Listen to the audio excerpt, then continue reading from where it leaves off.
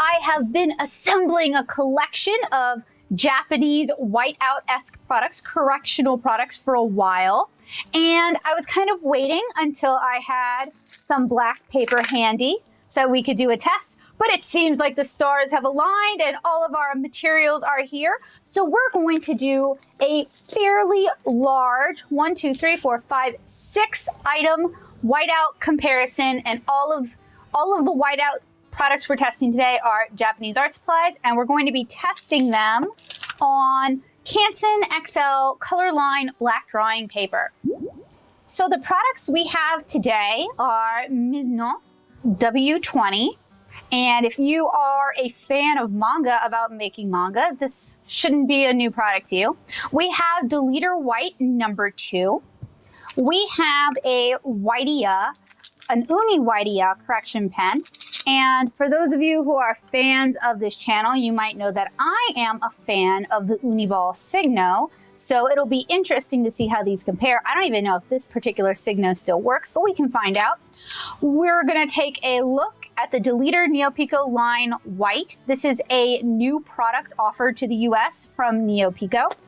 We're gonna take a look at the Pilot Juice Up in a 0.4. And we're gonna take a look at maybe my favorite product here, the Kurosaki white brush pen. And when I say my favorite, I have not yet reviewed this, but anyone who's known me for a significant amount of time has known that a white brush pen that won't clog has been my grail.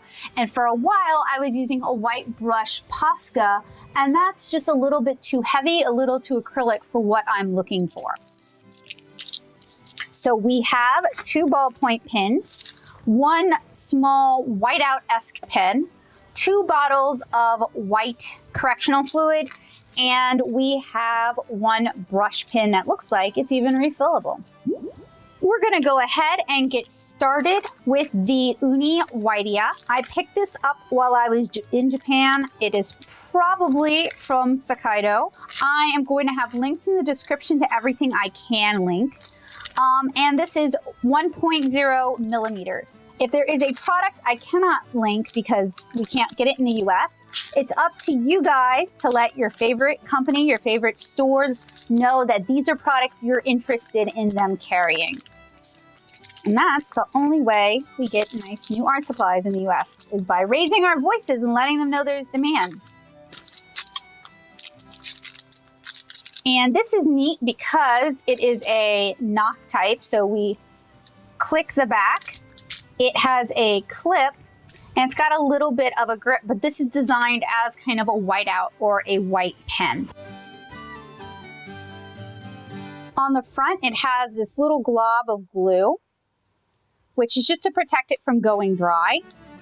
And when we retract it, it looks like, nope, I would think they'd have something slide over the front, like with a lot of those knock type or click type markers, in order to prevent it from going dry, but it does not. And what I liked about this is that it can be activated very quickly one-handed. Whoa, okay. Has a really nice thick line, although because it is a ball type pen or a ballpoint type pen, you do get this sort of little white line in between. Ink flow is so far good. The true test with any of these white correctional pens, though, is once you've been using it for a while, they tend to die really quickly. Uni. But yeah, it seems like it's got decent coverage and a nice thick line. Really quickly, I'm gonna see if, no. All right, my Uniball Signo has officially died. It is DED. I do, however, have another one from my pencil case that is not so dead. So this is an Uniball Signo. And this, for a really long time, was my go-to. And I'm looking for the size on it. Unfortunately, I can't read Japanese. But I think it's like a 0.5. So much smaller than the Uni Whitea. And I know you can get these at various stores. You can get them at Michael's, you can get them at Walmart. I order mine in 3 packs from Amazon. So here's the problem we mentioned earlier. This one still looks like it's half full. It's never not been capped when it's not in use, but this one is dead. This one, it's still got some juice in it, can still do some corrections in it. But my concern with any of these whiteout products, especially with this one here, is they tend to just kind of randomly die. So you have a product that works really great and then it kind of dies on you. And that was my problem with the Sakura jelly roll. Everyone really liked it for a long time, but I will get a jelly roll. It'll work the first time I use it and then it'll never work again. Okay, so we've taken a look at the Whitea, which covers a larger area than the Uniball Signo, but it's a little bit more hard to control, a little bit more blobby. And you also get that line in the middle, which my camera is not picking up. There we go. You can kind of see it. You do get that line with the much smaller Signo as well, but it's less noticeable since it's a smaller point. Next, we're gonna take a look at the 0.4 Pilot Juice Up.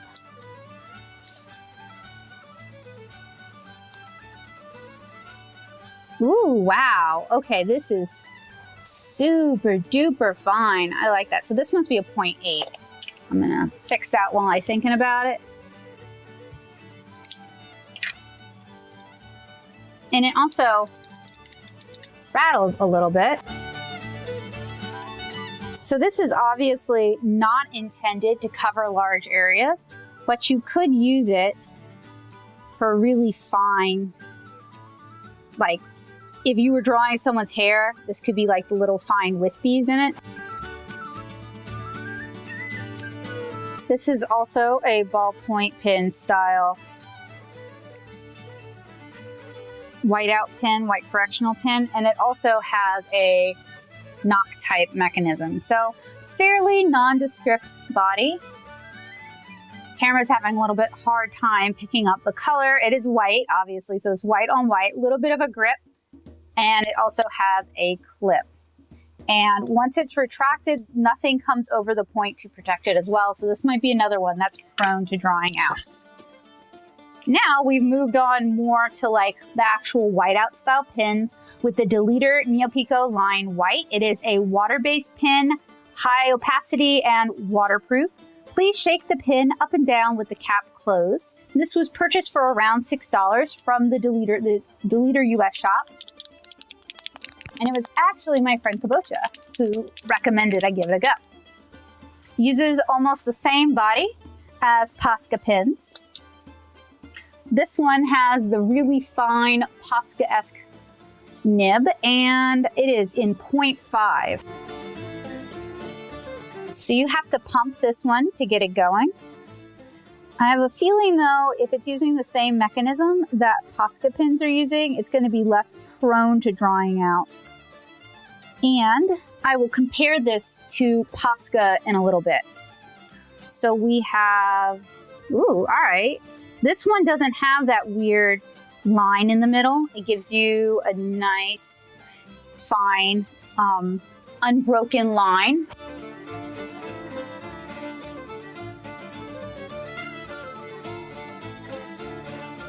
And you could actually correct a larger area with this.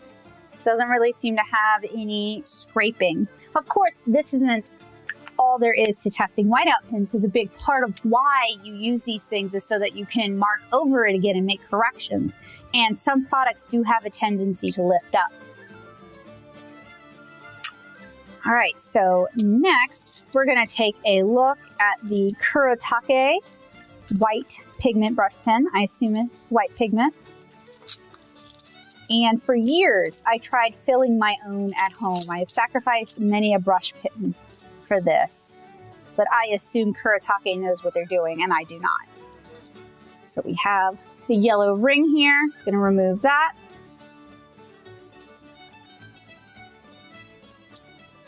Have a fairly fine brush point here. I'm just going to go ahead and get this started. It will be interesting to see if this thing kind of clogs up over time. It's hard to see whether or not my ink is flowing, and there feels like there's a breather tube inside. hasn't started flowing yet. And I'm starting to see these around. I think these this particular brush pen was included in an Art Snacks. So hopefully these are gonna be a little bit easier to find in the US. Well, I'm having a heck of a time. Oh, and there's a shaker ball inside, which you guys can now hear. It had kind of settled to one side of the pen. All right, I will get this one going off camera and then we'll check back in. Finally got it going. Didn't actually do too much more. Now I'm just sort of waiting for it to enter the brush. All right, finally. All right. So this is a Kurosaki. Oh, now it's flowing too good even. Can cover a larger area than the other pens. This one I was excited about because it's a brush pen, and what's always nice about brush pens is you have a lot of options when it comes to your mark making, your brush strokes. Also, they tend to be a little bit less harsh on the paper. Although this one isn't quite as like eyelash fine as I was hoping. So that is our white Kurosaki brush pen. It will be interesting to see if it clogs up over time. Now we have our two bottled correctional fluids. We have the Lion Mizna, which has a shaker in it. As you can hear, I'm actually holding it against my lavalier mic so you guys can hear the shaker. And it has, ooh, it does not have that heady whiteout smell, but it does have a small, whoa, that is very opaque. Okay, so it has a small brush. It also has sort of a collar on the inside so that you don't know if you guys can see it, so that you don't, it basically squeegees your brush.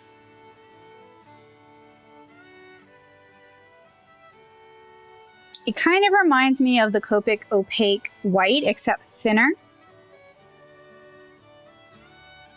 And I never cared for the brush in the Copic Opaque White.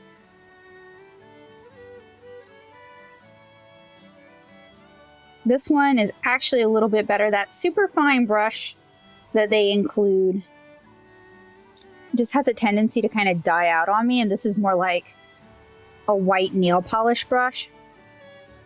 Of course, many of us are not going to necessarily want to use this brush if we're using this to do like eyelashes or like stray hairs, because it's just not very nuanced. Although you do, when you go really quick, you do get this really neat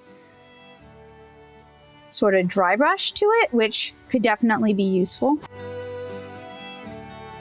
So that is the Lion Mizna. And then finally, we have the Deleter White number 2, which is shrink wrapped, but not terribly hard to open. Sounds like it's got a shaker ball inside as well. I really doubt this comes with a brush. Yeah. So this is what a lot of us are more used to looking at. This is very similar to, say, the P.H. Martin's Bleed Proof White. And what I like about this type of application is my whiteouts always dry out. They just always dry out. Whether it's Copic Opaque White, Deleter, P.H. Martin's Bleed Proof White, they always start to dry out.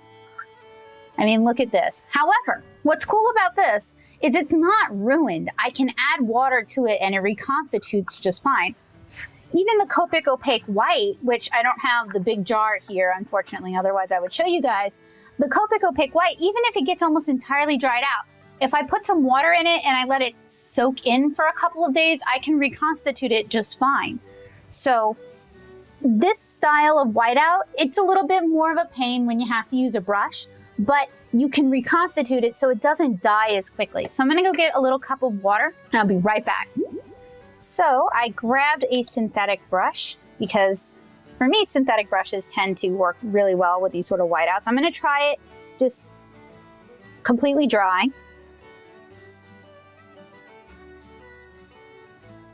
Okay. Now I'm going to try it after having dipped the brush. So maybe it moves a little more smoothly. Not a huge difference though. And I'm going to try blending it out, which you can do, which I like. I like when you can do that. Now, oh, wait. So this is Deleter 2. Now these are way less portable than the other ones we reviewed. But what's neat about these is you're limited only really by your brush size. You can cover a huge area, you can cover a tiny area. You're only really limited by your brush size. Okay, so this was a very basic overview of several Japanese whiteout products. We have the Uni Whitea. We took a look at an Uniball Signo. We looked at the Pilot Juice. We looked at the Deleter Line White. We looked at the Kurosaki brush pen. We looked at Mizuno. And we looked at Deleter 2. In subsequent videos, we are going to kind of test and compare and review all of these individually. So I hope you guys found this useful, helpful, and informative. And I hope you guys will stick around and check out my upcoming videos where we put all of these through their paces. Thank you guys so much for watching. Hopefully I'll see you guys again really soon. Bye guys!